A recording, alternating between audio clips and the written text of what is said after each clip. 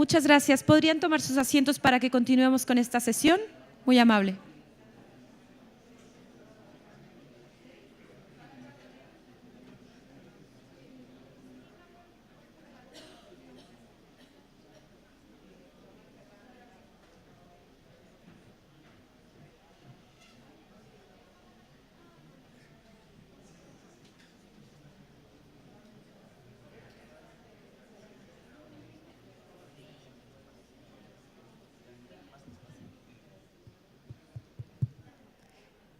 ¿Podrían tomar sus asientos? Buenos días. Muchas gracias.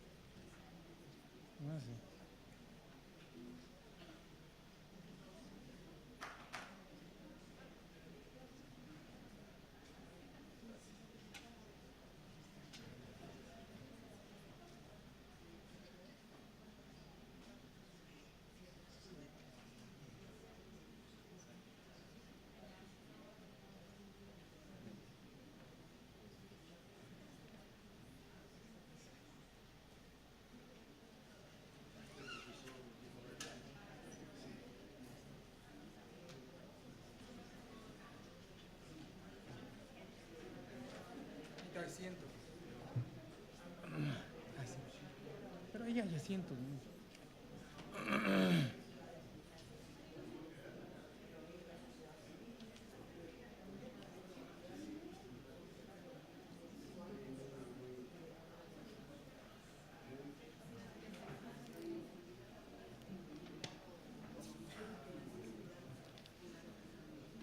Ok.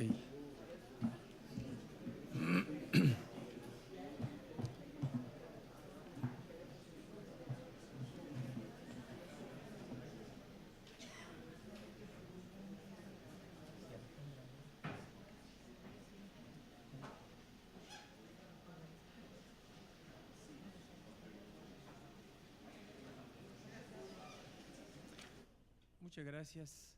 Bien, vamos a dar inicio a nuestro siguiente panel, que tiene que ver con mujeres y política. Para ello hemos invitado al doctor Leonardo Valdés, quien es hoy investigador asociado del Colmex y fue impulsor de este Foro de la Democracia Latinoamericana. Empujó también igualmente que haya sido la sede del Colegio de México de hace 3 años. El doctor Valdés tiene la palabra. Muchas gracias, Manuel. Muy buenos días a todas y a todos. Es un gran privilegio para mí tener la oportunidad de moderar este panel en el que mujeres con experiencias muy diversas en su desempeño profesional nos harán el favor de compartirnos algunas reflexiones acerca de qué nos falta, qué tenemos que hacer para que las mujeres tengan una mejor inserción en la vida política. Para mí es un placer darle la más cordial bienvenida a la doctora Betilde Muñoz, a la magistrada Mónica Soto, a la embajadora Carmen Moreno, a la ministra Alejandra Mora y a la ministra Alejandrina Germán. Ellas nos van a compartir, decía yo, su experiencia y sus reflexiones acerca de cómo tenemos que actuar en América Latina para que las mujeres tengan una mejor inserción, una inserción más plena en nuestra vida democrática. Yo estoy seguro que todos quienes hemos participado en este foro, que atendimos a las interesantes discusiones del día de ayer, y que hoy escuchamos la brillante conferencia magistral que antecedió a este panel, estaremos de acuerdo en que la democracia, entre muchas otras cosas, es inclusión. Una democracia que no logra incluir a la población en su desempeño no es democracia. De tal suerte que yo estoy convencido que mientras no logremos en América Latina incluir de mejor manera y más plenamente a las mujeres en nuestra vida democrática, nuestra democracia se encuentra en una situación deficitaria. De tal suerte que, por supuesto, hay que celebrar los avances que tenemos, por supuesto hay que celebrar las cuotas de género en México. Llegamos ya a que la ley establezca que el 50% de las candidaturas a todos los cargos de elección debe ser cubierto por mujeres en las elecciones federales. Ese es un ingrediente de la más reciente reforma constitucional y está plasmado ya en las leyes electorales de nuestro país. Se aplicará por primera vez esa cuota de género del 50% en la elección federal del próximo año. Pero más allá de eso, más allá de la cuota de género, tenemos que pensar, como lo propone este panel, en otras cosas, en otras medidas, en otras acciones que nos ayuden a resolver un problema grave de nuestra democracia. Las mujeres en América Latina son, sin duda alguna, la mitad de la población. No ocupan la mitad de los cargos públicos que son electos y que no son electos en nuestros países. Las mujeres, sin duda alguna, son la mitad de los miembros y militantes de los partidos políticos. Muy pocas de ellas ocupan cargos directivos en esas organizaciones que son actores importantes de la vida democrática. Las mujeres, por lo menos en México y estoy seguro que en el resto de América Latina, son quienes se encargan de manera directa, mayoritariamente, de la operación de las mesas de votación los días que los ciudadanos acudimos a elegir a nuestros representantes y a nuestros gobernantes, pero tampoco ellas ocupan siquiera la mitad de los cargos directivos en las instituciones, en los órganos, en las autoridades encargadas de organizar, de juzgar los procesos electorales. De tal suerte que por ahí están los retos, por ahí es por donde tenemos que trabajar y estoy seguro, además, que todos los temas que hemos tratado en este foro, todos los interesantes debates que analizamos el día de ayer, se analizarían mejor si en ellos se incluyera la perspectiva de género.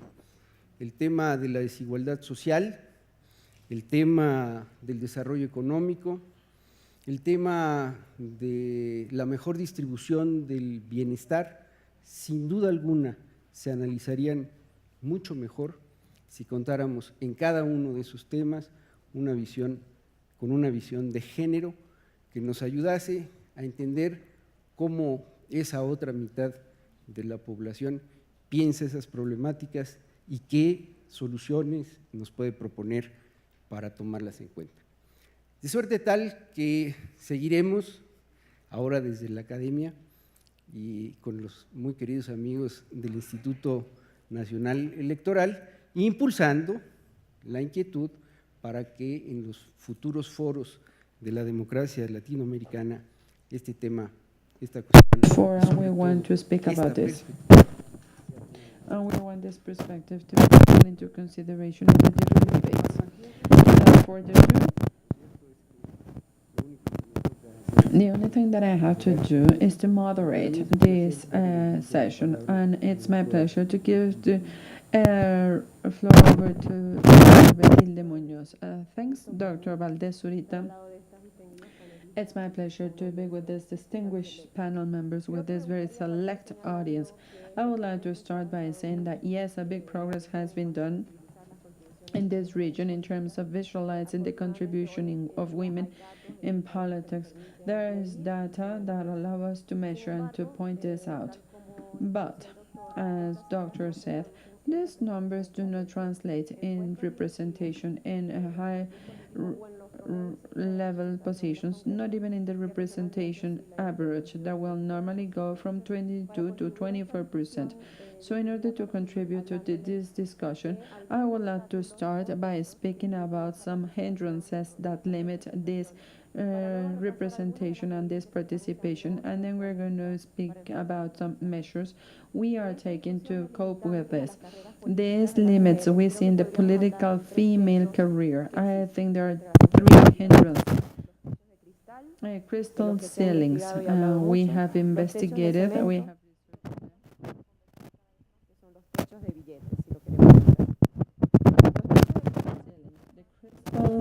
ceilings are those invisible hindrances that do not allow women to make progress. They are not written, and they are not in the regulations, and they are not in the visible codes where men and women operate.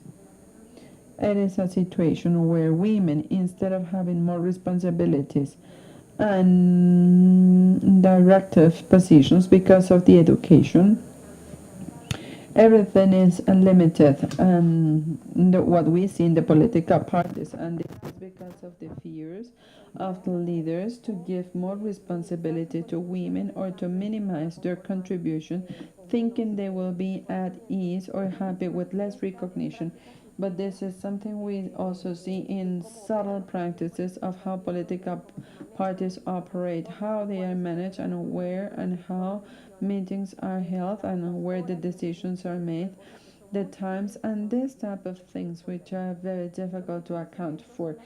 Cement ceilings are the limitations that women face because of the high personal and professional cost of a career. In some of the discussions, and these are self-imposed limits, and this is what people say. But I believe this is a product of the result that will become a disincentive. It has to do with a lack of assistance to take care of children, the hours when the sessions are held, obstacles that do not allow them to do the political work and the family work. When we speak about money, we speak about the financial limitations, economic asymmetries, and the macho culture doesn't allow the capacity to raise money, and it is more difficult for women than for men.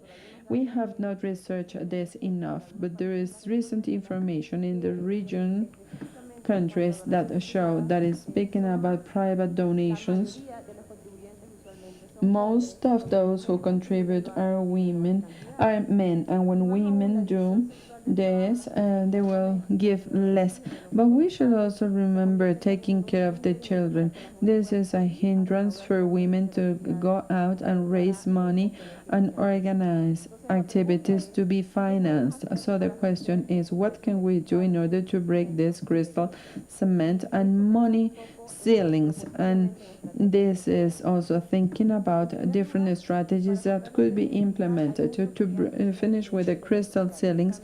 There are many things to be done socially, a change in the values, expectations about the roles of women and men, but this is not the objective of what I want to make reference to. I want to speak things that we can do institutionally, which is the context of this. There are some mechanisms that will help counteract these invisible limits, which are also related to the crystal ceilings. And my proposal is that we need to have formal rules to see women, and we need to use the law of quota and parity so that we can have certainty in the game rules and be able to bring women.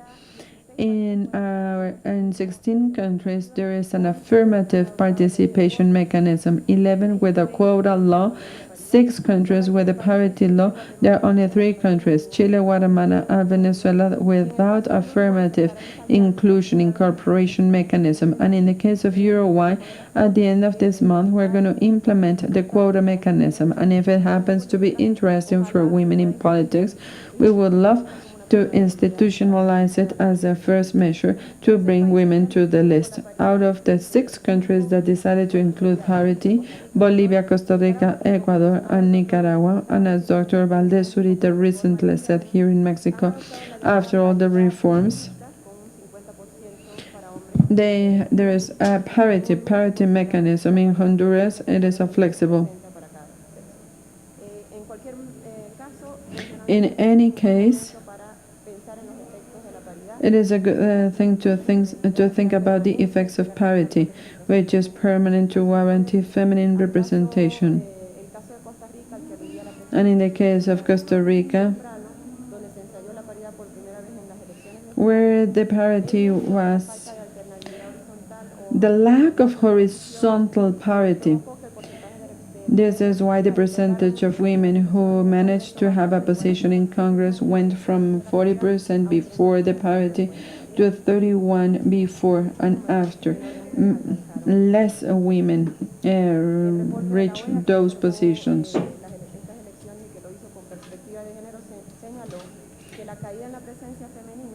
The drop in the female is caused by the 70% of the legislative payroll in the political parties were men. They were in the top positions. Each aggregation would make a decision to place in the first place a man or a woman.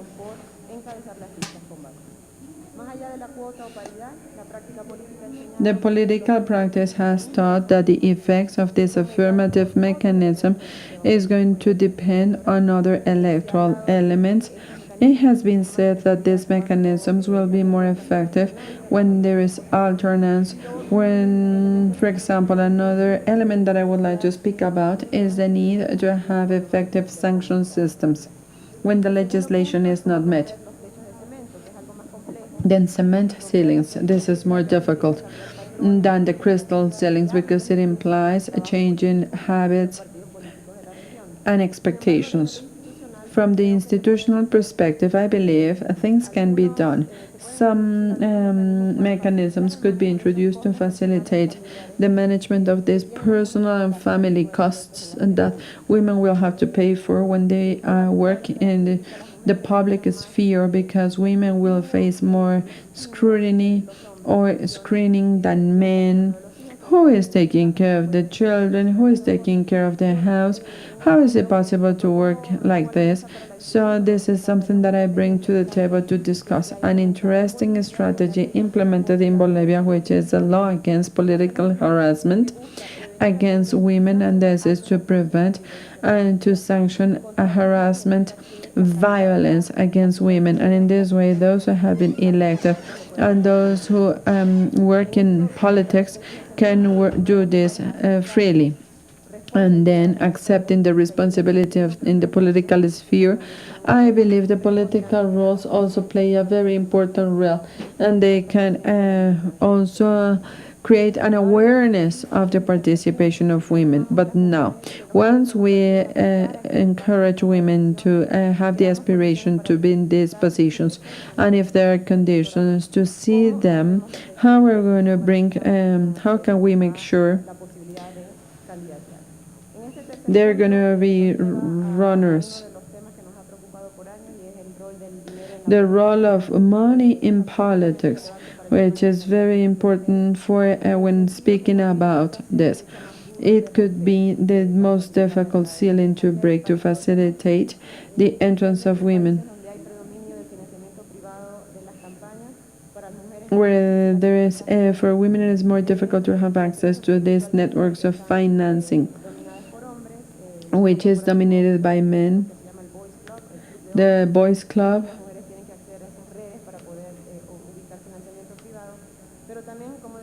But as I said before, raising funds requires time to invest in relationships, to participate in public events, and for women it is more complicated.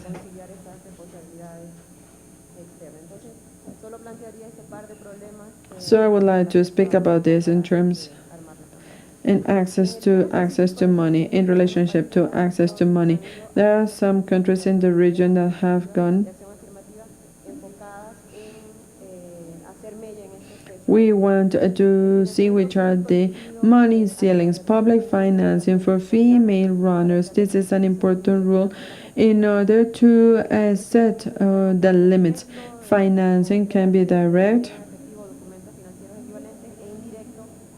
indirect, indirect, if it is in kind, and the most relevant financing is access to the electoral quotas. In the case of Mexico, we have the 2% of public ordinary financing to train and to promote female leadership. It sounds good, but in the 2013 election, it was implemented without any regulation and little was used. And in other countries such as Costa Rica, Brazil, and Panama, establishing the legislation mechanisms to redirect and to train and to have the political participation of women. And these mechanisms, I believe, will have these limitations, such as the use in non-electoral times. This can be used by women to organize campaigns, and the specific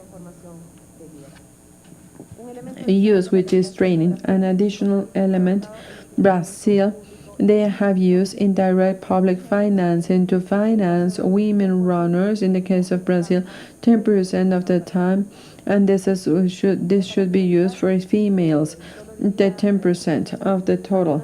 These are some other reflections that I took note of, and this is something that I prepare for you to contribute to this conversation.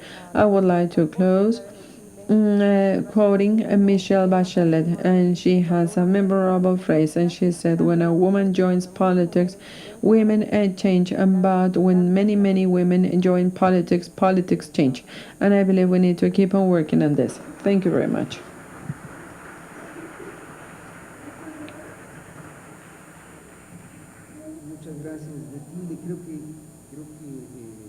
Thanks, Betil. The order to define the ceilings.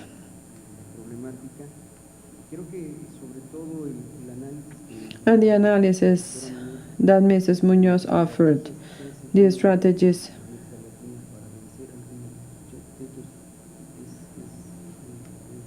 to defeat, to reduce some of these ceilings. In the debate after the presentations, we will ask Mrs. Munoz to please go deeper in her reflection about those strategies. I will now give the floor to Mónica Soto. Thank you very much. Good morning. Good morning, all. I really think the organizing institutions of this very important event, and I also would like to thank those who allow me to share this panel, distinguished women and one distinguished gentleman, academician. We all know. Particularly, I also would like to thank the Electoral Tribunal, the institution I come from, and our chairman, Jose Alejandro Luna Ramos, for allowing me to participate in this event. Today we are speaking about this session. The title is Women and Politics, and we will have a second generation of affirmative measures. The topic takes us to the progress. We're taking one step ahead, one more step. The one we need to make reference to in the participation in this session, because we're speaking about second generation affirmative statements. When I first saw the title, I started to investigate. I've worked on this for many years. I did some research, but this is the first time that I come to this conceptualization. Second generation affirmative statements. And I was obliged to think and to reflect. I didn't find any information by academicians, so let's make an interpretation. Where are we going to, which are the affirmative actions we could frame in a second generation? Last June the 20th, as you know,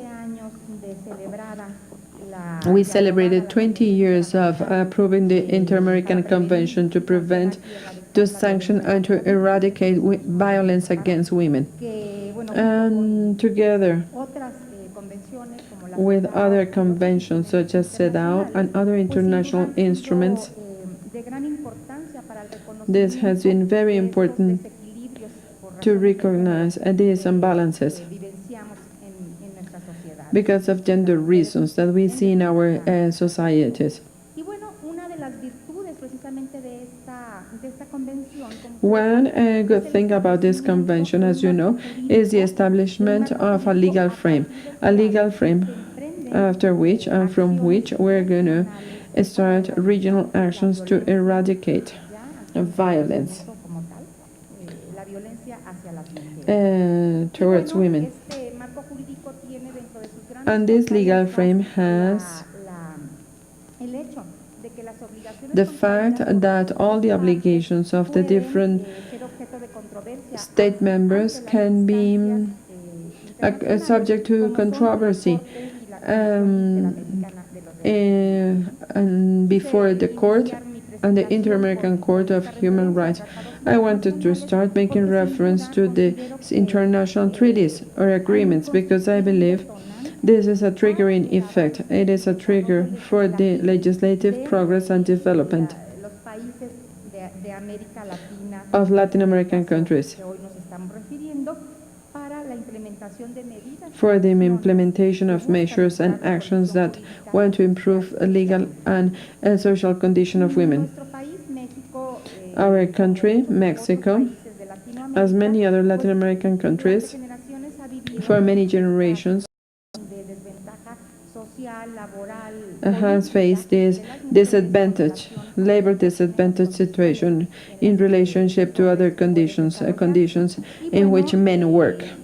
And we also have another situation in which the legislation in the legal frame, there was a denial to the possibility to have access to full exercise of political rights of women, unlike women. For example, there was no regulation for the right to vote for Mexico. It was in 1953. So I believe this was a very important element to start the beginning and the progress of this full exercise of political and electoral rights of women in Mexico. This first legislative progress is to recognize a right to women, and I believe we could start here and we could start thinking about the first generation of affirmative actions. There is a recognition in the law, in the Constitution, in our legal frame, to speak about the legal equality of men and women in the case of the rights we are speaking about today, the political and electoral rights. And this a very important affirmative action by itself was not enough. It is very important, but it was not enough by itself to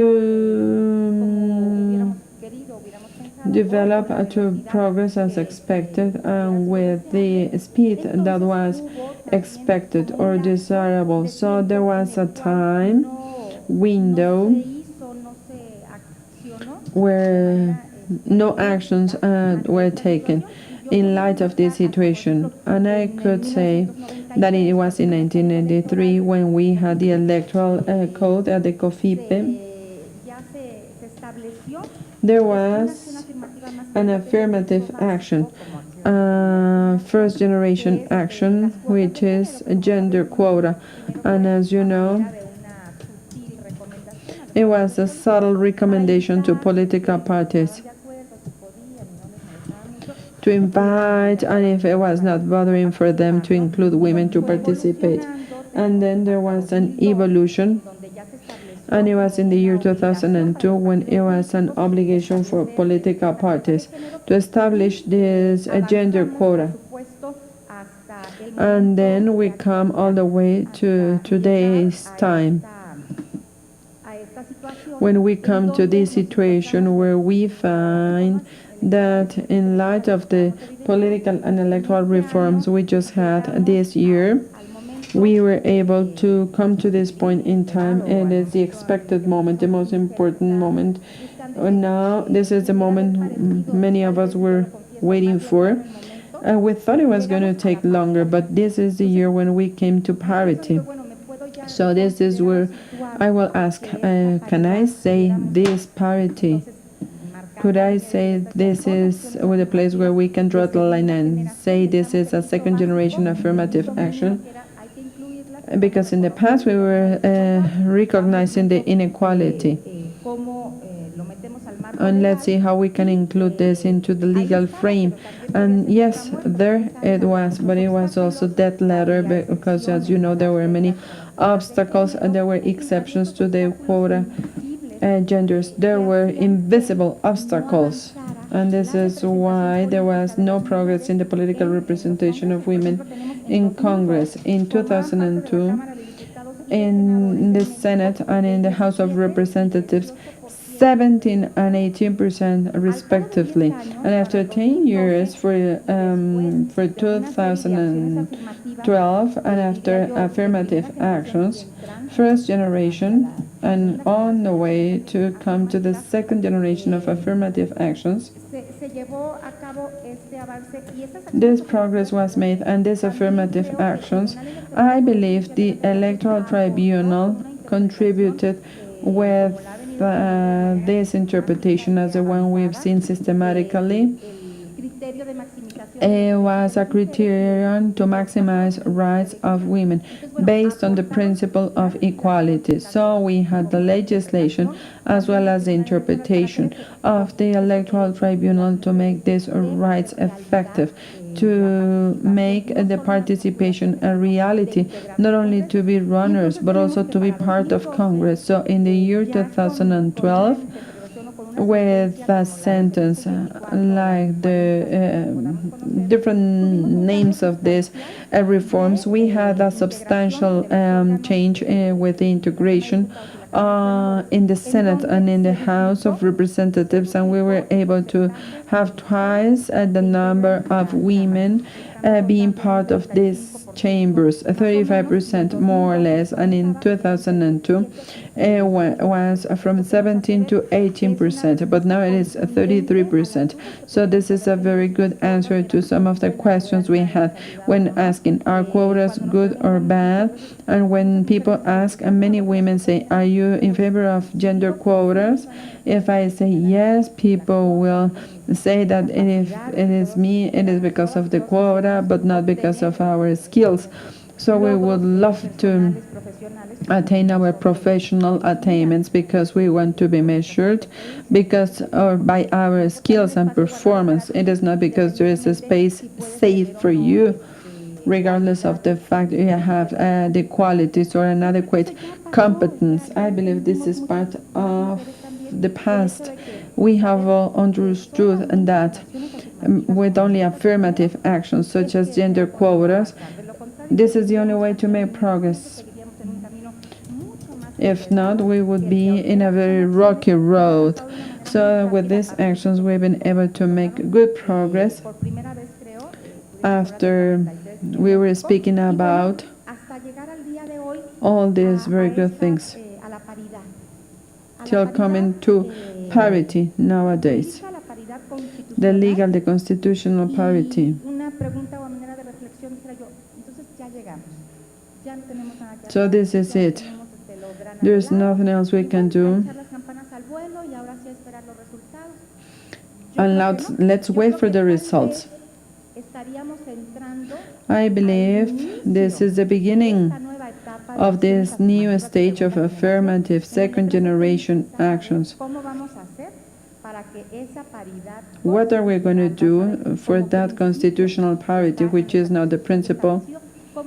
vamos a hacer realidad? How No solo is it going to en be casos, a sino reality? ya en el desempeño, en el acceso a estos, a los cargos, Having access to these positions, people selected positions. acciones pudieran yo considerar enmarcar? What other actions I could include in these affirmative second generation actions? My colleague, she spoke about money. I think it is fundamental, and I believe we are making progress. The topic of financing, money. We have another regulation addressing the same, and out of the 2% that we had for the specific financing in political parties for the development of female leadership, it went to 3% after the constitutional reform. But I believe some of the second generation actions could be related to transparency. The transparency, it is already labeled. We already have a regulation because we will not be buying buckets and mops, and we are not going to be buying cleaning items. No, this will not happen. But it is very important for women to know how much that money is, how they will get that money, how they can apply for this money. Money for campaigns, because sometimes there are candidates that have a lot, many resources, and women do not. So we need to see how this public money is distributed, because it is money to be given to all the male and female candidates. So we need to make these resources transparent, and accountability, of course, accountability of these public resources, accountability. I don't have, someone is taking the time for me.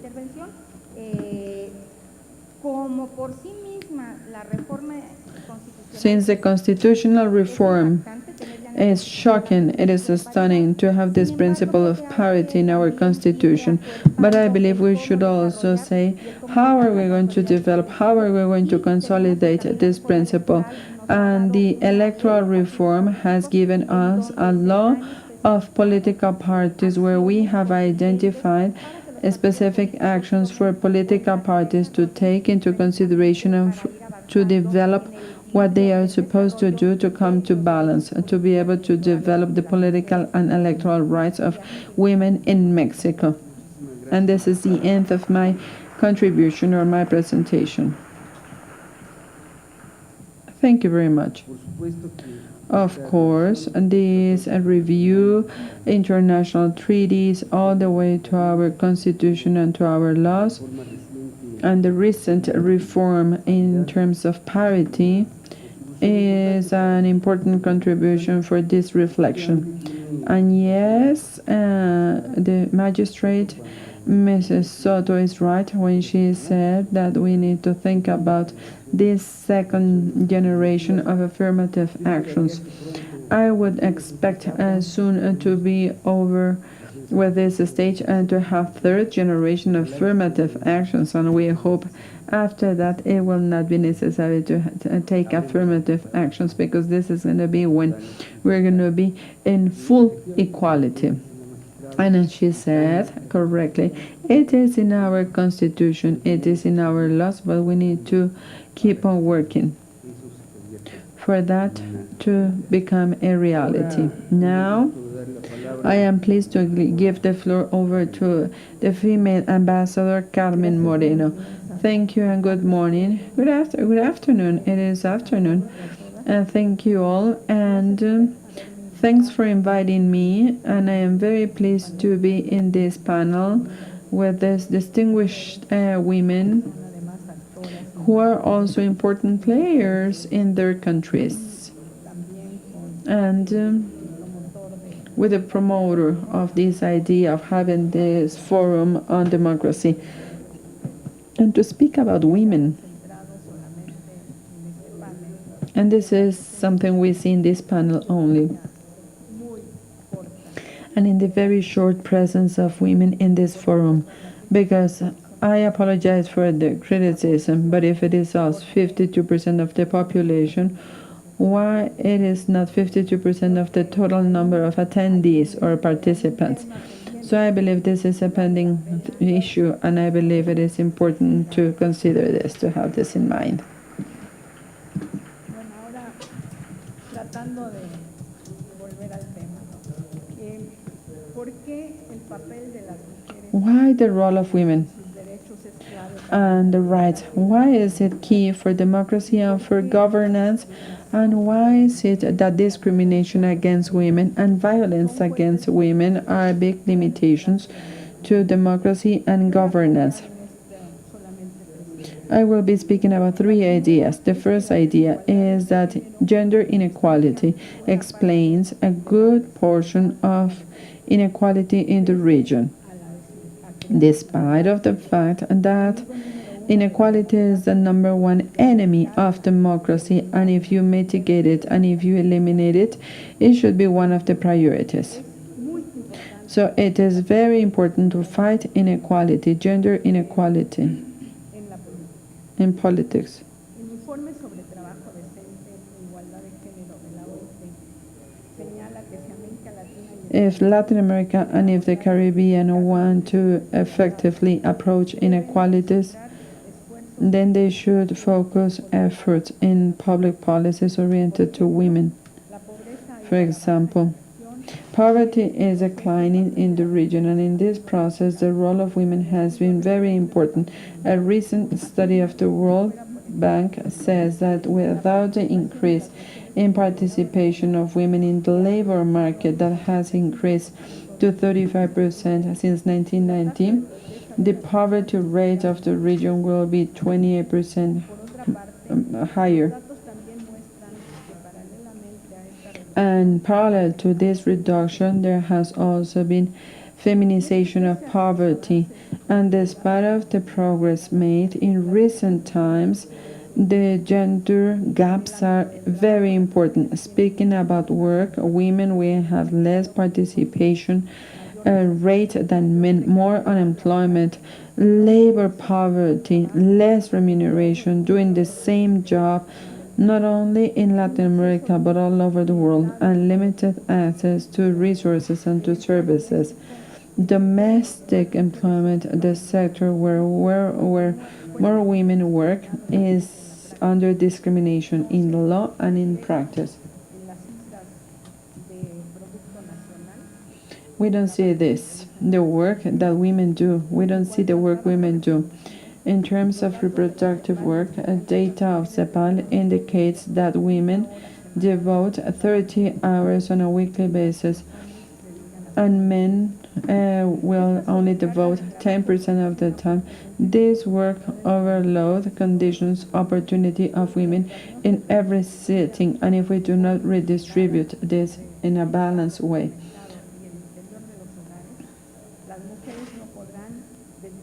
women will not be able to do other activities, including policy. In education, which is a fundamental tool for change, we also see that women are focused on university studies, those who are of less value. For example, in Mexico, the university has a gender inequalities, and only 31% of students in engineering are women, and only 35% in agricultural sciences. And in most cases, for example, humanity and education, 68% are women, and in health sciences, 65%. So women are still going to the traditional places, and they are not breaking their barriers. And the same happens in the Americas. The gap in recognition of a right, it is the biggest problem that we are observing. And this is what we are trying to counteract. The exercise of sexual and reproductive rights of women, because this damages the capacity of women to fully exercise all their rights. The second idea that I would like to express is the role of the state to attain equality between men and women. In our region, we were able to skip the worst effects of the world economic crisis. And with some exceptions, such as Mexico, this is growing in recent years, but we've seen this. There is no direct relationship between economic growth and higher equality rates. The World Bank in 2012, in the annual development report, says that equality between men and women was considered the base for growth of income. It is not possible to say this is income by itself, and it doesn't bring gender equality. So we don't have to see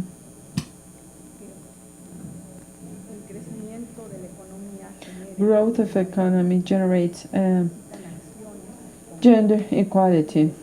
Specific actions are needed, and the state is not neutral. The state regulates relationships between men and women, and the action or omission can reinforce gender inequalities, and it can also contribute to its transformation and the creation of more equal societies. In order to define the state, we need to have three fundamental characteristics: lay state and separation between state and church, and the denial of the participation of factual elements for full recognition of rights of citizens. The state that guarantees security. This year, when we celebrate 20 years of the Belém do Pará Convention, and where there is progress in all the different countries on this, we see violence against women is very high in our region.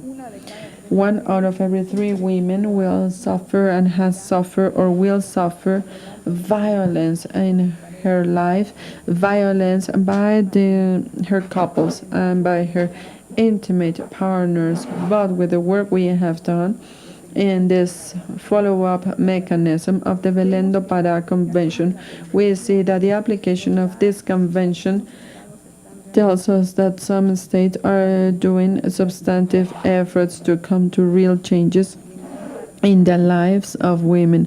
And these changes start by placing security right at the center of politics, to ensure there is access to justice and to dedicate enough resources to this. Safety or security, we know it can be understood as something abstract. It should be concrete. Women should have security, safety in every place they go to, in the street, in their work, everywhere, including politics, where there are also political violence problems. The state is a care service provider because sexual division of work, and women only work in domestic households. This is another separation. How come women are the ones responsible for taking care of the social aspect of reproduction? This should be shared by the whole society. The third idea is when we say that the fundamental role of women in politics, it exists and it should be respected. Since female movements, the theory of democracy, and sustained theories to make progress in the exercise of rights, and all the way to recent events such as the new wave of Latin American movements and the electoral impact in the rights of women. One of the most important contributions of female movements to the democracy theory has been the question of the notion of classical citizenship, and we know there is no person subject to universal rights. Women related to other social movements have sustained that in order to build democracy, we have to recognize diversity and consequently the existence of plurality of subjects subject to rights, diversity, and every meaning of it. Women are what we see in the recognition of the rights. The barometer of the Americas that has been quoted mentioned in this forum indicates that young people and women are the groups that have promoted recent demonstrations that happened in Brazil as well as in Chile. Camila Vallejo, she was one of the leaders of the students' movement in that country, and she was looking for free education. She moved in favor of this. Globally, we see emergence of more women in some of the first political positions. Here we have 3 presidents. We just heard the former President Chinchilla in her brilliant presentation. We have 2 prime ministers in the Caribbean. We have 5 heads of state in Latin America and in the Caribbean.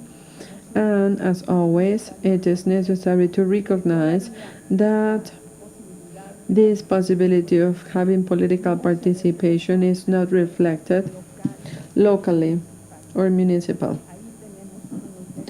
There we have very high deficit in participation. Information about female participation and male participation at the municipal level shows the need to continue with the reforms and affirmative actions to accelerate equality. Coming to parity, as has been said, is very important, but I believe we should also recognize that this parity should be effective parity. It should not only be in the laws, it should not only be thought, it should not only be written. We need to do this, and it has to be done at every level, in every political party, in all the different expressions of government. Not only in the legislative, it should also be in the judicial, in the executive branch. It should be in the electoral tribunals.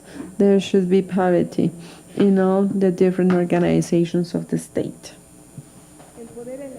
The electoral power of women has grown. Electoral statistics show that the rights of women are becoming more relevant. And for example, in the United States, the reproductive rights of women explain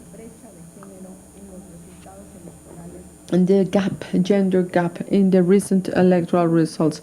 In the elections of the year 2012, the vote of women in relationship to the guarantee of reproductive rights was a decisive factor for the victory of the current president. In Spain, the government just removed a bill that presented limits to reproductive rights of women. Yes, this has happened after the opposition that was provoking the loss of electoral support for that political party.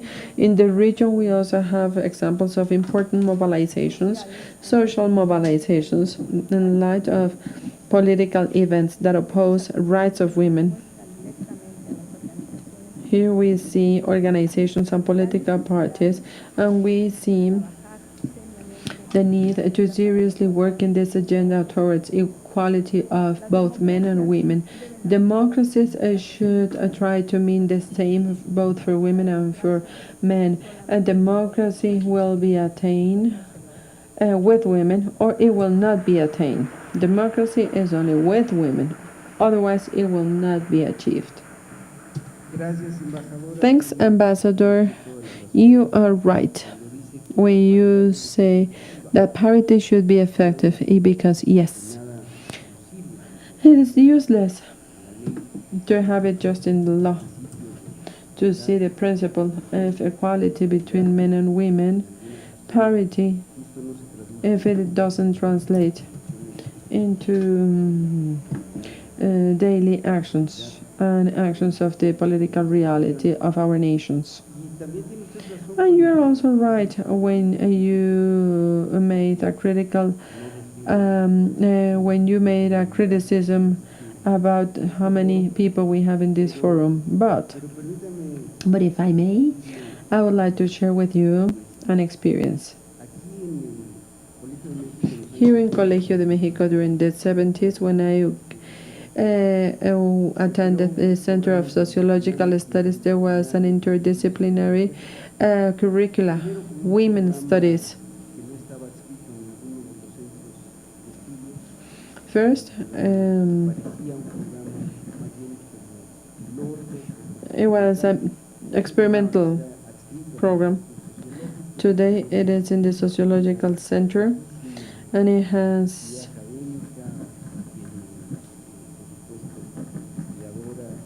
researchers that will do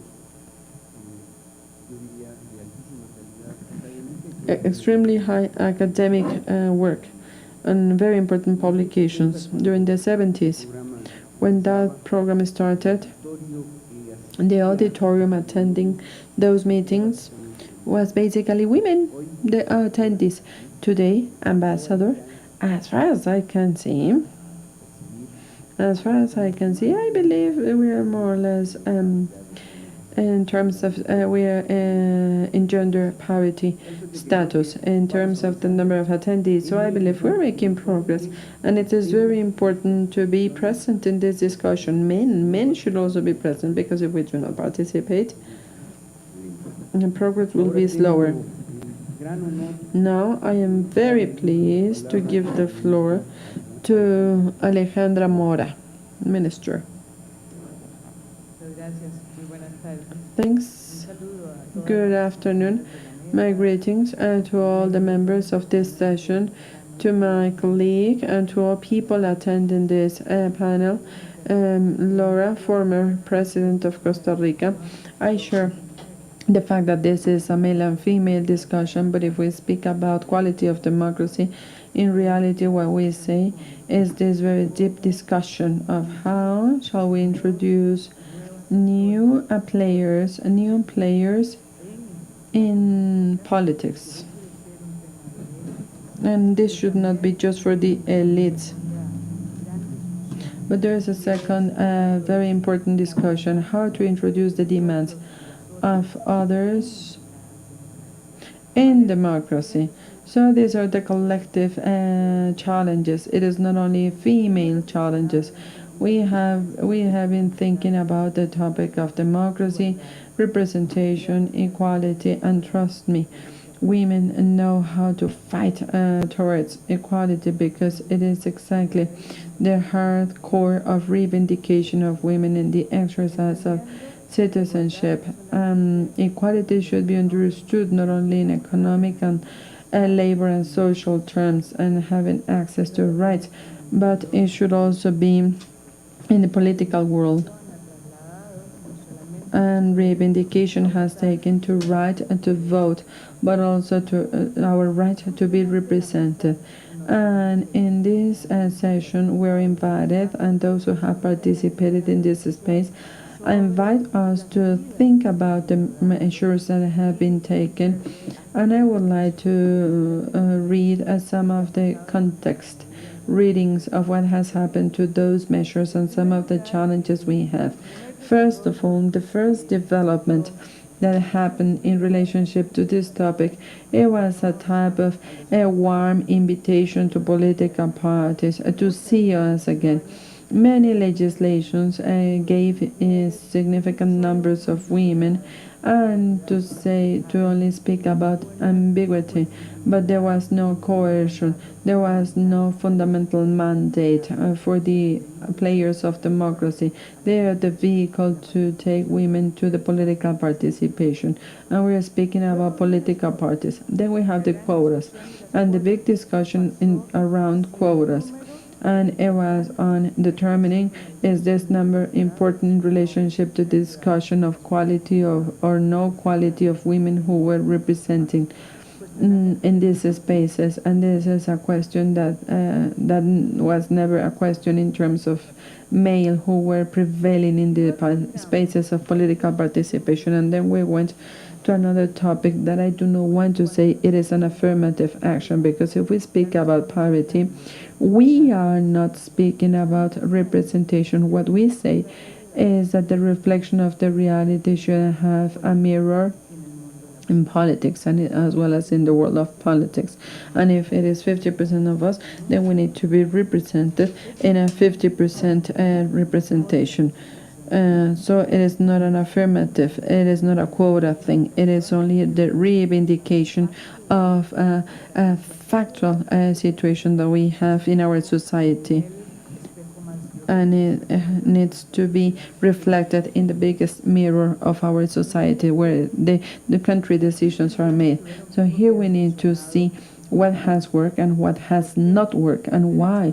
Why in law we say that once the standard is created, there is a space to reach this standard, and this is what has technically happened to all the formulas we have developed. The quota, as said before, and then it was understood as the listings where our names were included. It doesn't matter if you come from other different places. What mattered the most was us being in the list. But now what happens to all these rights is that these are the rights of results. In other words, we are effectively in the space for the decision-making process. We are not in the list because this is a joke against the reivindication. So the big reflection is how are we going to be placed in that list, in a place where we could be elected. It was after this when quotas started to work in our country. In Costa Rica, the first time we had a quota. 2 years later, elections were held and nothing happened. There were 2 more women because they were not in those electable positions subject to elections. And then when we came to parity, which was a very complex discussion, and it was also related to the representation, and it had to do with the number of people who were in the society, and it also had to do with equality. We were not over with the discussion when there was a writ of amparo, an habeas corpus, and with the numbers. It was questioning if with numbers it would be possible to make an assessment of the quality. And I believe this, if the hard core is in this discussion, then we need to read the context of how are we going to come to quality in the representation of women. And now I will be making reference to this. But I would like to say that what happened in Costa Rica with the parity, and as Laura Chinchilla said, we went from 38.6 to 34.2%. In other words, we went from the quota to parity. But instead of increasing women representation, we had a reduction. And what happened is that despite of the fact that we did a mechanism, which were the lists, we forgot. Well, we actually didn't forget. We were not approved to warranty having a position, being elected. And this is the discussion in order to come to parity. There are many political parties who only take one person, and if it is only one person, how are we going to bring men to those positions? So there should be ponderation, and there are many formulas, and many countries have migrated to these responses, and to have in some provinces men and in others females, to do a reivindication of the electoral process versus another electoral process. Horizontal parity will not be seen in only one electoral year, but it can also be seen in successive years. There are mechanisms to position this discussion. Another big reflection is how parity is not only a thing of the legislative assemblies or committees or parliaments. In other words, if we are actually speaking about in representation of women, we say that we should have positions in the new political parties, because this is where the decisions are made. We need to be in the tribunal, the electoral tribunal.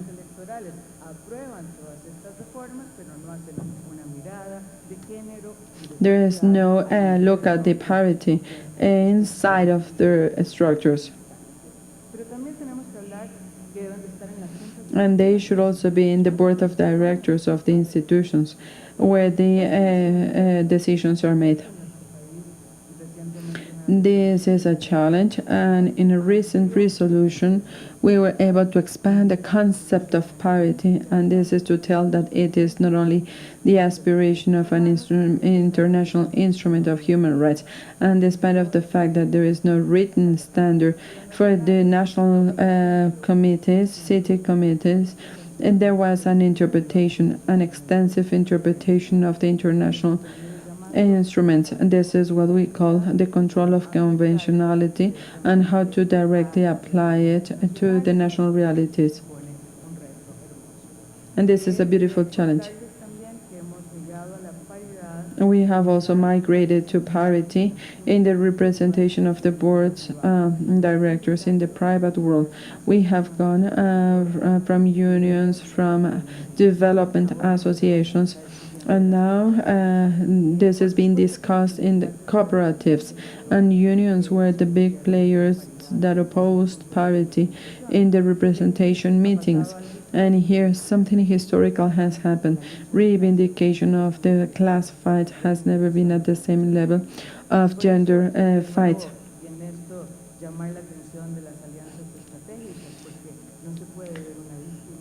It is not possible to see discrimination if other discriminations are not seen, because it happens with the stereotypes. And at the end of the day, these are all exclusions. Well, these are the challenges, but there is another fundamental challenge, and this is how to translate legal instruments and how to bring them within the frame of these different settings. And I would like to take some of the elements that others have mentioned.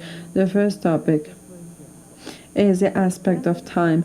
The major reforms have to understand that if different times and the use of different times are not seen, and both in men and in women, we're going to make the challenge invisible, the biggest challenge of our society, and we call it a social co-responsibility.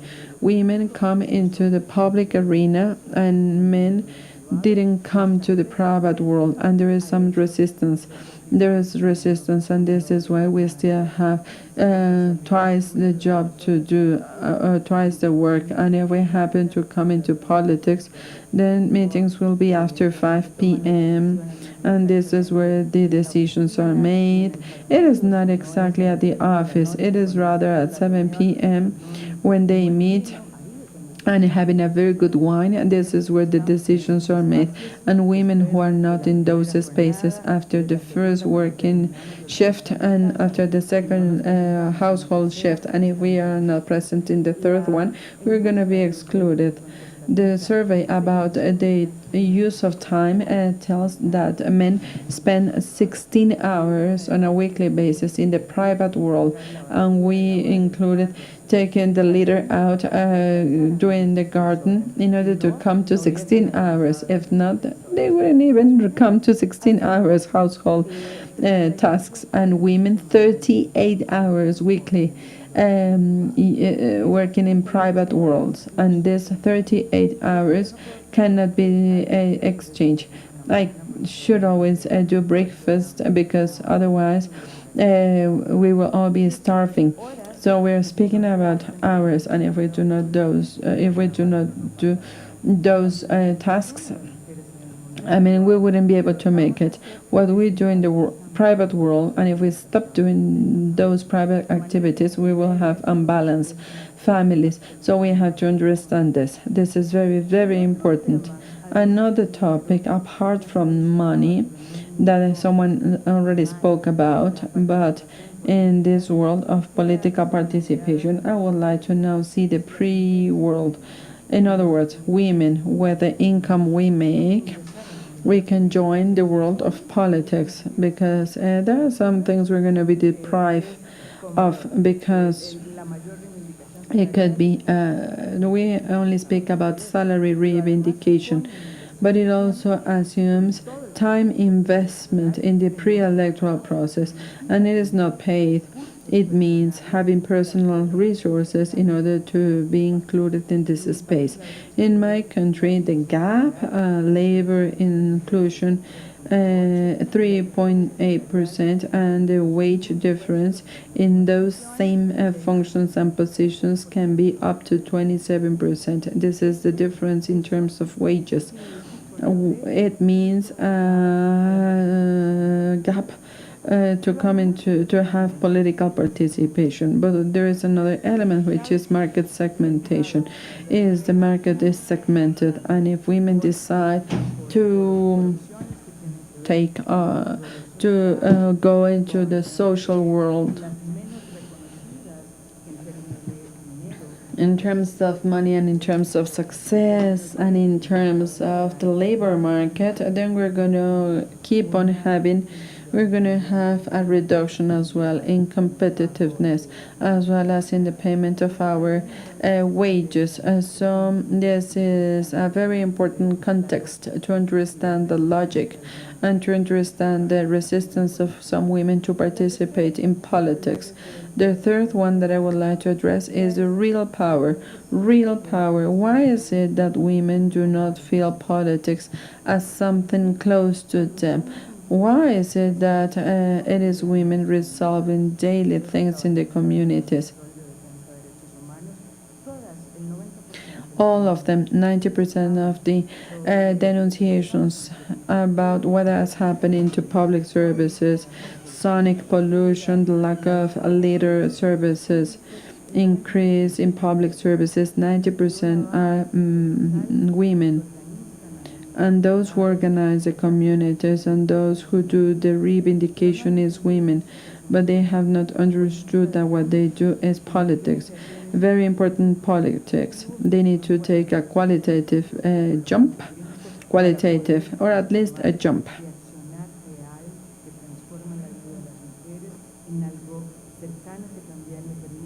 Something that would allow women to continue in politics.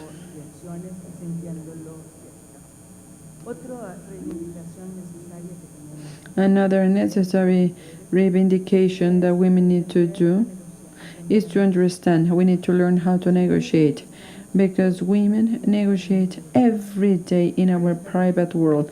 For me to be here, I had to negotiate with my daughters, with my husband, and with the lady who takes care of my house. I also negotiated with my mom because I wanted her to visit my children. I always negotiate, and as soon as I come to the world of public, I cannot transfer these tools that were acquired in the private world to then participate in the public world. And this is exactly where women where men have to teach us, because they know how to have tools. I always invite women to transfer the acquired negotiation tools to the public world. And when women come to power, we have to understand that we have a responsibility with the agenda of women, because we are the result of the historical fight of women. You come to power and you reivindicate all the logics, and you become you are part of politics. But there is one specific agenda of women, and the most difficult agenda of women is reproductive and sexual health. And this is the one where we see fundamentalism, historical fights, and this is why we do not have the possibility to control our body. A woman without controlling her body can't control her environment. There should be a fight, there should be a necessary reivindication. These are the contexts. Reivindication of women, quotas, and parity in a bigger world that would allow us to make the interpretation, the adequate interpretation.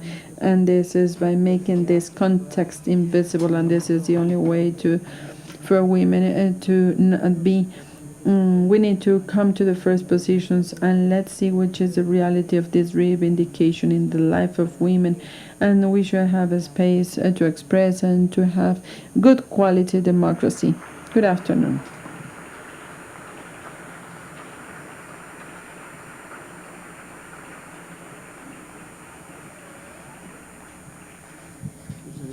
Thanks, Minister. then let's negotiate. Why don't we negotiate the possibility? Why don't we negotiate the possibility? In your second intervention, to go deeper, and this is a very interesting reflection about how we're going to make this parity effective, not only in those systems like the Costa Rica system, which is the list based, but also the Mexican electoral system. Here we have nominal candidates.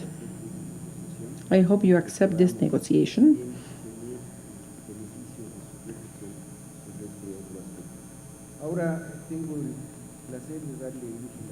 Now, I give the floor to Alejandrina Germán.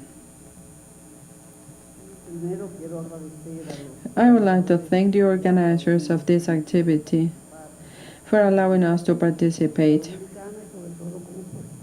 and to participate as a politician. The moderator,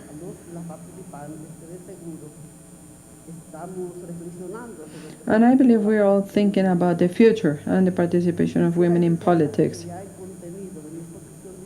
And I would like to start by saying the title is Participation of Women in Politics and Affirmative Relationships, Affirmative Actions. And it is important that if we see history,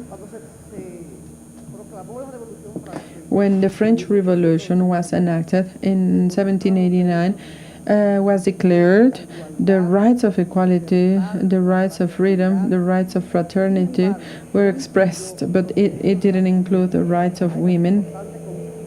To that important social and political conquest derived from that revolution.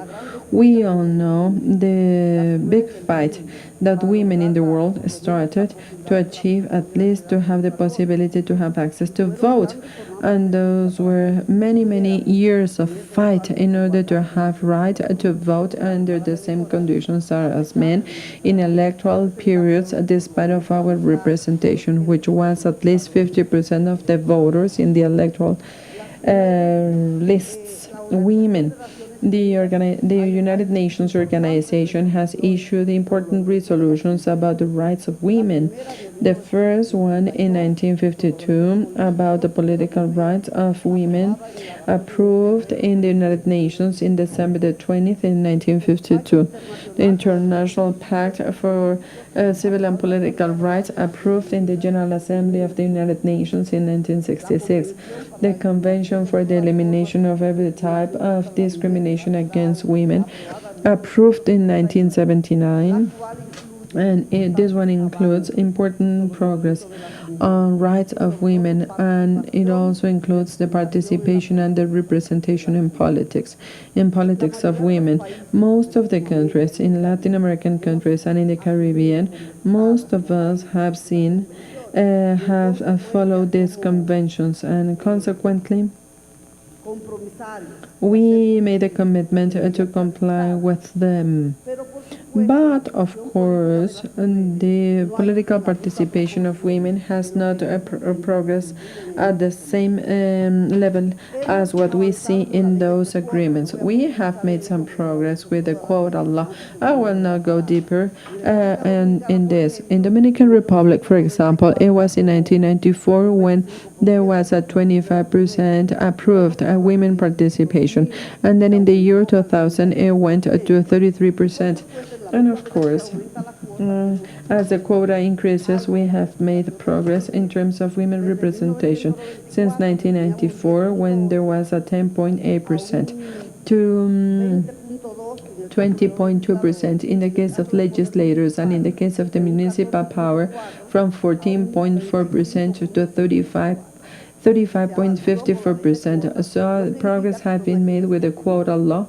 It implies these are affirmative actions. The Dominican Constitution clearly establishes and sets forth equality of participation of men and women in politics under the same conditions, and the rights of women in political settings, social, economic, political, and cultural settings. In the Dominican Republic, we also have a national development strategy that includes 2030 that should guarantee the same participation of women in the political power through different entities, through different powers of the state, and the people's elected positions, but not that national development strategy is going to be applied, and supposedly we're working in order to guarantee this equality and participation. And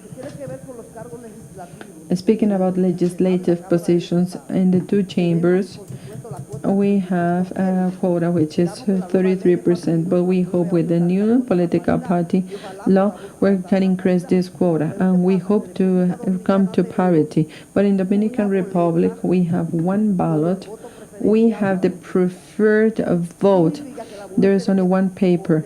It implies that women should have the same participation, but we want them to have the possibility to be voted as men. And in this scenario we have done the analysis. Why is it that women do not have the same possibility to participate in the electoral campaigns with the same opportunity as men do?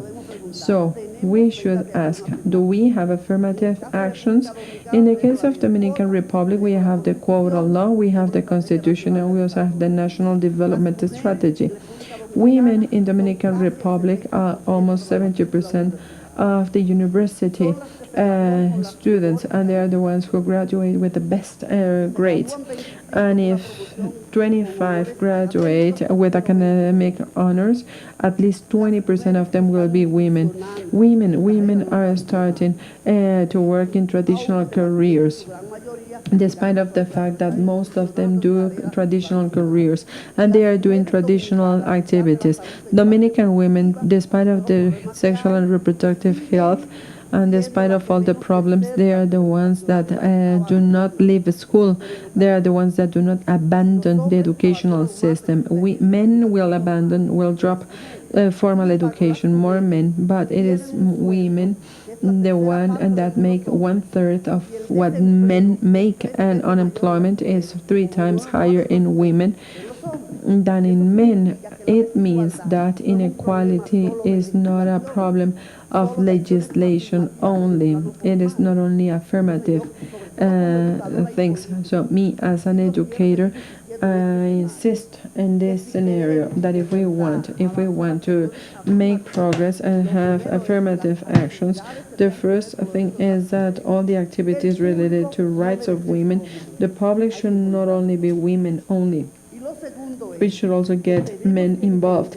Secondly, we have to understand that we need to build a new system of values, attitudes, behaviors, convictions in our societies, so that men and women, because a lot of women are also mature, we need to understand that both men and women are the same. We should have the same opportunities, and we need to work together, because if it is only because of the legislation, we can come to parity, but it will not be possible to come to equality. We need to have men and women thinking differently. The gender language, for example, gender. They always speak about gender, but we have formal and we also have what is real. And to go from formal to real means that we need to take affirmative actions in favor of women, principles, values, convictions. Let's think to say what we think, and we need to be very specific on this, not only the discourse. And this is why we need to build a new system of values, attitudes, and behaviors. And in this way, equality is going to be a real equality, and men and women will make progress together. This is the affirmative action for the new generation we want. Affirmative actions in favor of women. Thank you very much. Muchas gracias, ministra. Tiene usted toda la razón.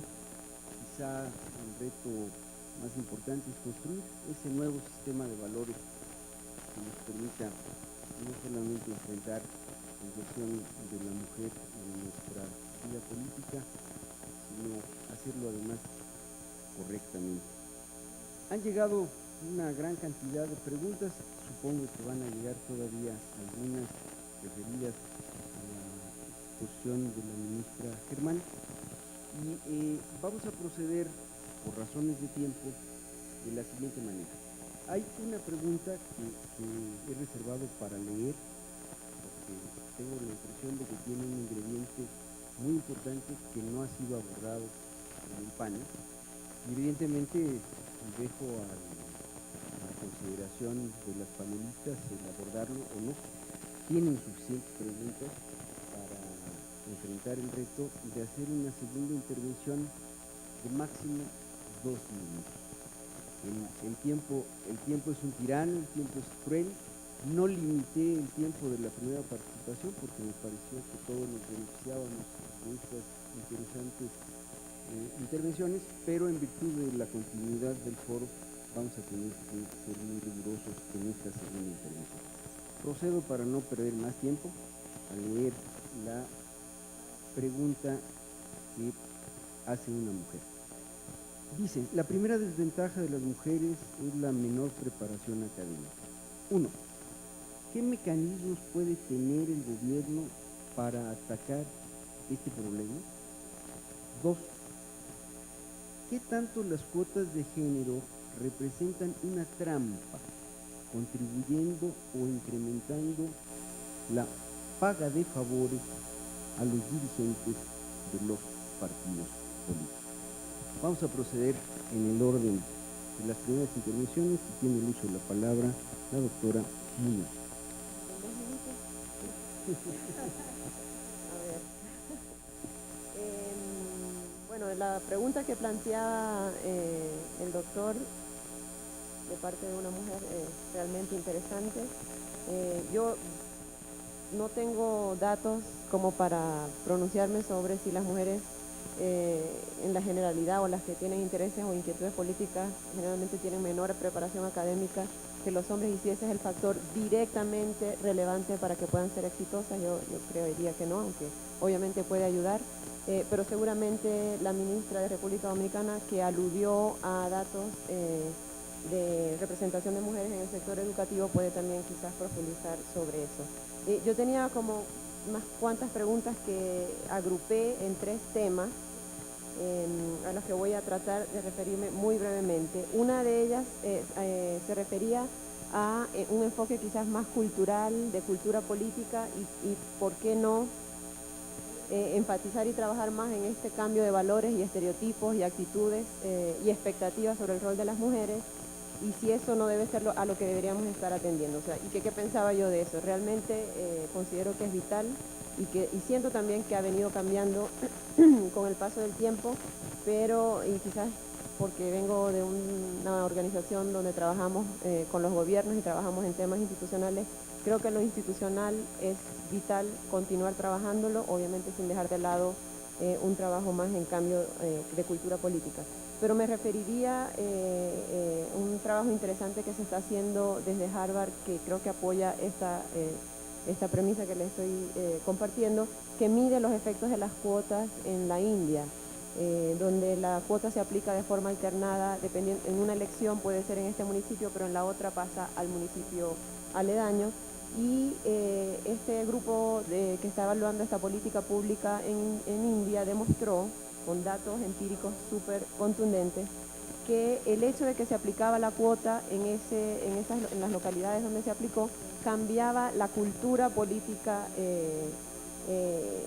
en el sentido de normalizar y naturalizar el liderazgo de las mujeres, por un lado, pero también fue muy interesante datos que tienen donde las expectativas de los papás sobre la labor o el oficio al que se deberían dedicar sus hijas cambió. De dedicarse al hogar, no hace falta que vaya sino hasta solamente a la primaria, no, ella puede ir, continuar su educación, ser ingeniera o estudiar lo que sea para poder ser una líder en su comunidad. Entonces es interesante también como por vía de lo institucional también se pueden ir cambiando patrones culturales. Me quedan 30 segundos. Me preguntaban también sobre sistemas de sanciones que existen en la región por incumplimiento de cuotas. Brevemente me refiero, en algunos países existe el no registro de candidatura de la lista del partido político por incumplimiento de la cuota, y en algunos otros la suspensión del partido si esta situación se repite. En este caso solo diría que también es muy importante dar recursos a la autoridad electoral a cargo de fiscalizar esta aplicación de la cuota en la presentación de listas, para que lo puedan hacer de forma efectiva y de verdad sea contundente los pronunciamientos que haga, y que esas sanciones no se limiten a pagos que probablemente el propio partido político puede cubrir fácilmente. Y finalmente, para introducir también me preguntaban algunos mecanismos de acción afirmativa que no se mencionaron. Existe también la aplicación de cuotas, creo que la ministra Mora lo mencionaba, la aplicación de cuotas y de paridad al nombramiento o a la elección de los comités ejecutivos nacionales de los partidos políticos. Committees. There is interesting information that says that in those countries where the quota or the parity is applied in the election of the directors, there is an increase in the representation of women. So we also have the use of coaching people in the parties and women, leading women and leaders, female leaders, and something that is not being discussed in Latin America. Something that has been discussed and applied in other places is the delivery of economic incentives to those political parties that bring women into decision-making positions. Thanks. Ahora tiene la palabra la magistrada Soto. Now we will give the floor to Magistrate Soto. Thank you very much. And I will try to be as brief, as short as possible to try to answer the questions. I don't have a specific information, but as far as I know, it is not the case of Mexico. Women do not have less education, less academic education, and I didn't understand what is gender quota. What is the meaning behind that question about paying for favors? Only a few women could accept paying for a favor. I mean, it wouldn't be possible in light of this open participation and the right to have a position in the space where you want to participate. I would like to thank Manuel Antonio from Oaxaca for his question, because we didn't speak about indigenous communities and the participation of women in the indigenous communities. Thanks for the opportunity. In Oaxaca, there is a system which is uses and customs, and it also, in one and in another case, women are not included in political participation, and there are some communities where they are not allowed to participate. And despite of the fact that what could be done for the law to be effective law, and for this to come on top of other uses and customs which are protected by the federal government? How to change the position of women? And what about the apathy of women? There's no doubt that the federal constitution is protecting the rights of all human beings and inhabitants in our country. We also have another special section devoted to uses and customs, and it is not opposing the system, the respect of uses and customs relative to equality between men and women. In the Constitution, we have to offer, when speaking about indigenous people, we need to have a women participation. So what do we need to do? It is a thing that has to do with culture, and it is a very difficult cultural topic, and it is very difficult to be able to come to a reivindication, to a soon reivindication. I would like to share an experience with you. We had a meeting with some representatives of some indigenous communities and a woman from the Yaqui community. And I was always trying to to speak about, to be in her shoes. And I said in that meeting, the topic of women, this is another topic where we need to work more, not only participation but also violence. And I believe she didn't like my comment, and she told me, I would like to say that I do not agree with I do not agree with her, and I would like to tell her. And I was trying to feel, I wanted her to feel good, but first of all, I also well, she said, first of all, I am an indigenous person. I am an indigenous first, and then I am a woman, and our individual rights are not against the collective or the class of rights. And I know that the development of the collective self in the indigenous communities, in this case, comes on top of the individual self. And then I said, yes, this is something that I will think about. And I have to understand her stance, her vision, and how can I tell her that she is not going to be losing, she is not going to be a bad member of her community just because she is defending her right to not to be subject to violence. And so I believe this is where we have to all work. We also have to work with the indigenous communities. Another question by Leticia Soto from the Electoral Institute of Zacatecas. Parity brings political tension against women in politics, and it is something very important. So how have you faced this tension, the sanction of political violence against women? Is there a measurable result? This is a very important question, because I believe the topic of political violence against women, it is a debt that we are bringing from the political reform. We've made progress, and we are not speaking about political violence, and this is another topic that we should include, and these are some of the affirmative actions. Second generation affirmative actions, we have to speak about this because it does exist. No. Yes, there is political violence against women when you want to compete, when you want to be in a space, when you are already in a space for development. So I believe this is something we need to do. And what I can tell you is that we need to speak out. The best way to calm the person. The person who is exercising violence, we need to speak about it. We need to have cases with evidence. We will not sanction, there is no punishment as such, but it is a type of scaffolding in order to grow in the legislation. And here I have another comment. What do I think about by Nidia Diaz? We have to work. Yes, of course, I do agree with you. Yes, we have to work in affirmative actions, such as the specific financing of female campaigns, propaganda, finance women-related propaganda. Yes, and we need to also keep on educating female leaders. And one final question by Roberto Hernandez. He is asking, the current electoral legislation considers gender parity when having candidates, and which are the exceptions for not to meet this gender parity? When doesn't it apply according to the law?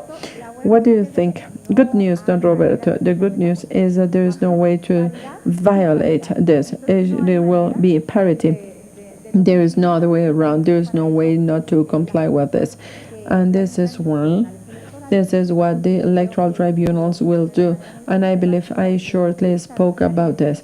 But it has been definitive to see the work by the electoral tribunal in order to make progress, and to make progress in the consolidation of the postulates of our Constitution, maximizing the political and electoral rights of men and women. But in this case, we're speaking about women, so there is no way to not to make it happen, because there's no other way around, and yes, it is well defined. We need to make progress. There's no other way around. So legally speaking, there's no way to work differently.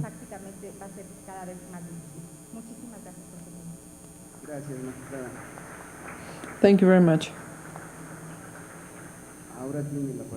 Now we give the floor to Ambassador Moreno. I got many questions and I grouped them. First of all, what we need is to change the paradigm, as someone said. It is an issue of culture. All people ask how. And machismo does exist. And in order to change machismo, we need to also change the culture. We need to change the paradigm. We need to have an awareness. We are speaking about rights. It is rights of both men and women. They have the same rights. Both men and women have the same rights. And there is another question on why in Brazil, Argentina, Chile, Argentina, Costa Rica, why is it that in those countries women have been president? Are women ready to be president in Mexico? Yes, of course. Where is the school for presidents? This is a question that I would ask. Yes, anyone can be a president, and it depends on the political parties. Are they going to be attending a special school to be a female president? How to hinder? And what about men? Are women well educated? When is it that men are analyzed? How well educated men are educated for a specific position? So, men and women should be given the same opportunities. And there were also many questions about affirmative actions. Here, what I would say is that we need to have a level floor, the same floor. The question is, why is it that there are only contests for women? Well, we want to have the same opportunities. We should balance men and women to have the same level, to give the same opportunity. This is what this is all about. And then we're going to be speaking about other powers and the different possibilities people will have in executive. Do we need to make a law? No, we should have political will. With political will, we are going to be able to change the structure of the cabinet.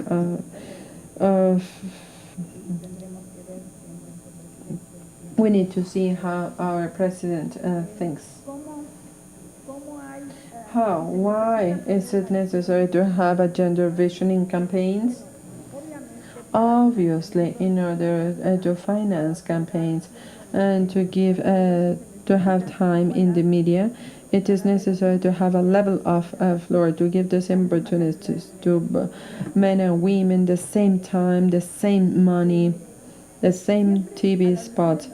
Women are always in general terms, and they are placed in a position where they will not be elected. They are in municipalities where the political party is not important, where that political party is going to lose, and they are meeting the quota.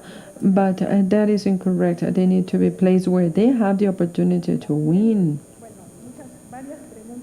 There are many other questions about the designation of the electoral tribunals where there was only men assigned. What do I think about that?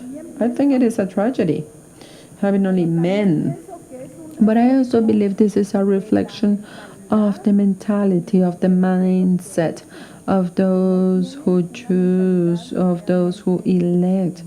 They do not have a modern mindset.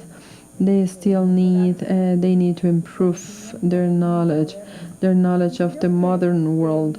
And I believe this is a problem, but I hope these tribunals will exercise obligations with a gender perspective. It has nothing to do with the fact of dealing with men or women. And as she just said, it is important to have this gender perspective in your thinking. For example, the case of Juanitas, there was a majority of men in the tribunal. There was only one woman, and it was an unanimous vote or decision. And this has changed the position, what we have here in Mexico. Another question is, how can we do affirmative actions and to have the same situation for women in labor, in work. And I believe here the state has an obligation. Daycare centers for children, daycare centers for children, because women have to cook breakfast, but they should also take care of sick people. It is women taking care of them, elderly people, women, children. So if we have daycare centers for women to go and work and to have their children in a safe place, and if there are other places where it is possible to leave sick people or elderly people who can't be alone,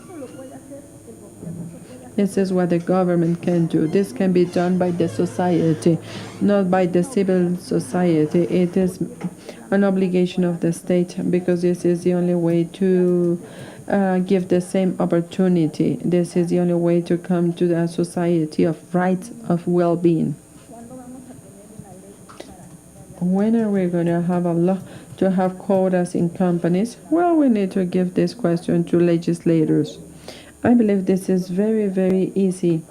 They have to make it happen, and we have specific entities, and now making the same remuneration, men and women. Everyone is fighting this. Poor President Obama, he was rejected for the third time his bill about the same remuneration for men and for women. This was rejected by Republicans in Congress. There is a lot to do, but we have to make it happen. And here in Mexico, we have in the Constitution information about the same remuneration, but it doesn't happen in reality. So we need to apply our laws, and this is what other countries should also do.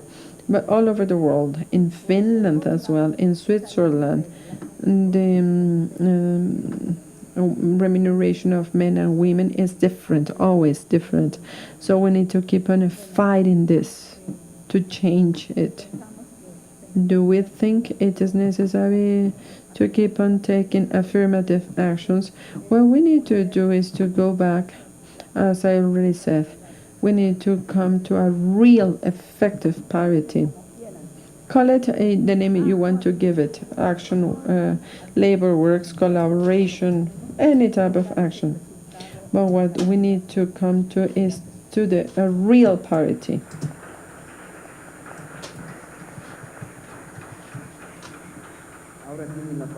Now we will give the floor to Mrs. Mora. I accept your negotiation, yes, and I will be speaking about the unipersonal ones. I believe there is a horizontal concept of parity that involves the different jurisdictions, and this is the challenge: how to work in a jurisdiction where there is a unipersonal position in relationship with another jurisdiction. I was told that this is not constitutional. This is not something against the constitutionality. When we speak about rights, I believe this is a discussion, and the rules, if there is a woman and if she's going to be gone, how come there's going to be a man? Or if it is a man, how come there's going to be a woman? In relationship to Nidia's question about affirmative actions to benefit women, I believe here there is an interesting reflection about solidarity in women, and to invite women to participate in politics. The reflection: the more women there are in politics, politics is to be transformed, and we need to give tools to women, because the challenge is not only to come but to stay, because this is where we see permanence. How to use and how to speak, how to give an opinion about the different elements. Is it related to training?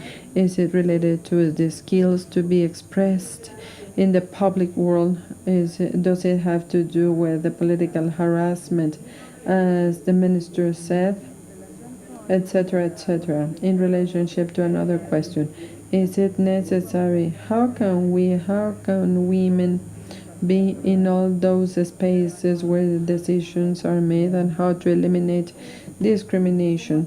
And how are we going to fight towards visibility? And I love this concept, because what we do is to make invisible visible, because the society already understood the situation of women. To the daily overview, the biggest transformation is for me to make a different reading, of that reality, and to say something is not right, and then to try to come to transformation. So I believe this is more or less what we need to be speaking about. I liked this question. Yesterday we were speaking about this. Parity and alternance.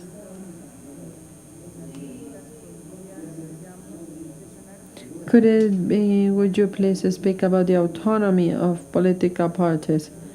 This is an objective of the electoral decision. I believe we could have another discussion to speak about what is the nature of the objective of the inclusion of women in the large politics and in the quality of politics. When I first articulated this, is it the objective? Is it the strategic objective? And then, do measures have a response that will correspond to the quality of the objective? Yes, from my perspective, yes. But I will have a historical response. When we now leave everything to the political parties, the inclusion of women, it hasn't worked. In Costa Rica, we had a lot of social promotion of women, and that is a significant number of women. But that number was only one or two women. There was no way to incorporate the reality of women. And I believe this whole discussion about political rights, this is a discussion of human rights, and in human rights there is a statement that states progressiveness. Everything should always go ahead, and no steps backwards.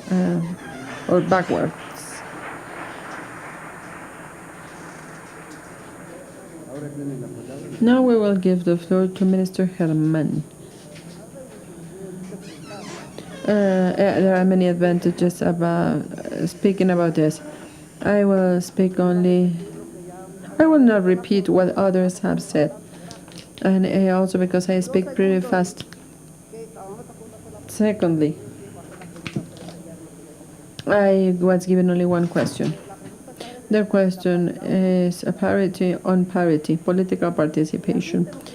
Well, what I would like to highlight, and this is exactly what I try to stress in my presentation, is that the problem of equality and the problem of equality in rights and equality in opportunities is not only a formal equality. It has to do with the societies. The societies as a whole should really accept that both men and women are the same. And let's build a new system of values that would allow us to think we are the same, and to be consistent with that thinking about equality. And I speak about this because I could say that in my country, the quota law, the one of the 25 and then the 33 quota, gave results because we made progress in women participation. And this is what has to do with the municipal power and the legislative power. When you need to guarantee men and women taking turns in order to make it a real quota. But there is something else that is real. We can have parity, but in order for women to be 50% or even more in the state, in the private sector, and to have the same opportunities, we have to understand that this is a life practice issue. It is a problem of clear conceptions about equality, because I ask myself, aren't we all sure? Don't we all say that education is the only pathway to come out of poverty? And if women, Dominican women, are the ones making more progress and are the ones getting higher grades. Why is it that Dominican women are the poorest of the poor? They're the ones making less, and they're the ones who have less opportunity to access to these decision-making positions. It means that education wouldn't work. It does work, but there is another issue, which is conception of inequality. And this is true. And the Minister of Women in the Dominican Republic has done studies about participation of women in politics. And what men say, in the same condition as women, the assessment of women in politics seems to be something that cannot be resolved, and this is that this is in the best position. But this is what we see. But this is not a real thing. It is not a value. So I say, are we going to attain parity? Are we going to attain equality?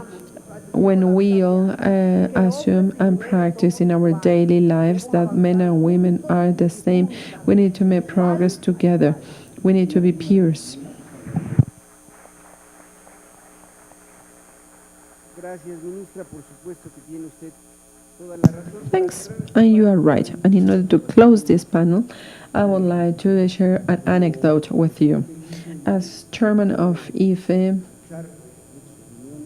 I listened to many opinions and I had to make many decisions. And I have a quality cast witness who is in this room, Maria Marvan, my dear friend, and she witnessed this event that I would like to describe for you.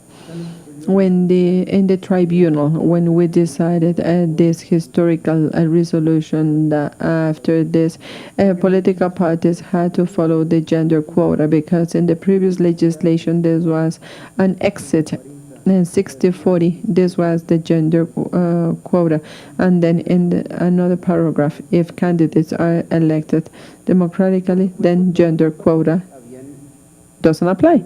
And all political parties said that that most of the runners were to be elected democratically. This was fought by women in plural. This was a group of women fighting this. This is still the name. Women from different political parties. They were the ones who presented, who asked for this trial, and then the resolution said the second paragraph will not apply, only the first paragraph. And then this group came to IFE and they wanted to interview board members, and we met in a private room. We were listening to them. They presented their arguments to support this final resolution, and my peers, we all thought about the meaning of that resolution. And then I was the last to speak, and then I opened the code and I told them, Article 217 reads that if political parties do not present a quota, a gender quota 60-40, we need to give them 48 hours. They have 48 hours to correct their lists. And it also reads that after those 48 hours, they will have an additional 24 hours. And then at the end, it reads, if after those 24 hours, there is a need to make a draw of the number of people who are represented, or the gender that is represented in excess. And I told them, we need to do this. And they were like, what? How come? And then they were given 48 hours, and 48 hours later, all political parties had met the gender quota. Thank you all.